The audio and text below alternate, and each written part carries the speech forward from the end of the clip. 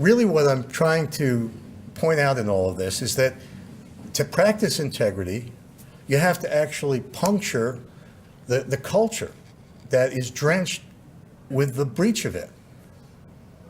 Now, how do we find our way in something like that? As county officials, as people who are the arbiters between a community and a nation, whose goal it is to deliver resources when those resources are tough, you face these tough questions all the time. Well, how do you practice integrity in a tough environment like that? Well, integrity, reduced to its essence, is the search for truth behind belief. That's the connection to those 5 scenarios. Nothing is unimportant. Not a white lie or taking a free dinner. Nothing is inconsequential because the practice of integrity requires just that, practice. Like, can anybody go to Carnegie Hall and sit down and play a Beethoven sonata without practicing for years? You know the old joke about Carnegie Hall? Does everybody know that? Like someone's, sitting there on 57th Street and 7th Avenue, and they say, "How do you get to Carnegie Hall?"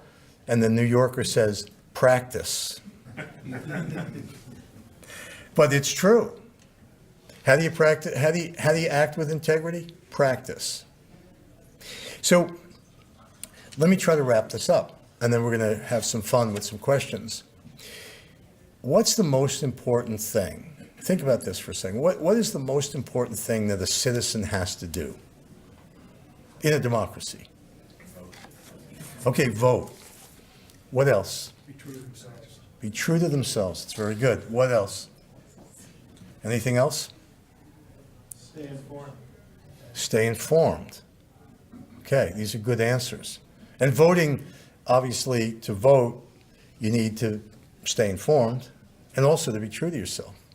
Okay, I think we got it pretty well. Anybody want to add something else? Pay taxes. Yeah, I'd like them to pay their taxes. Pay their taxes, be a good citizen. Okay, so here's what I want to pose.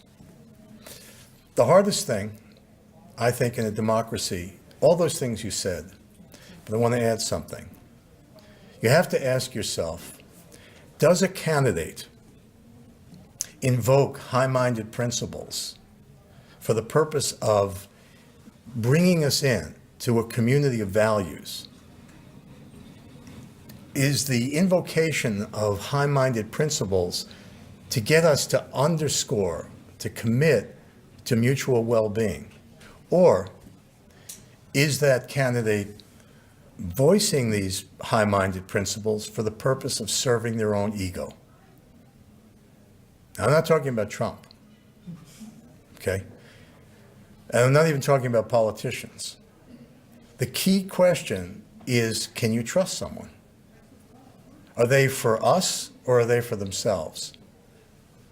So when someone speaks idealistic language, is it for self-aggrandizement or masquerading as idealism? Or is it to lead us to a better way of looking at ourselves and of our commitment to people, to our community? That's the key question.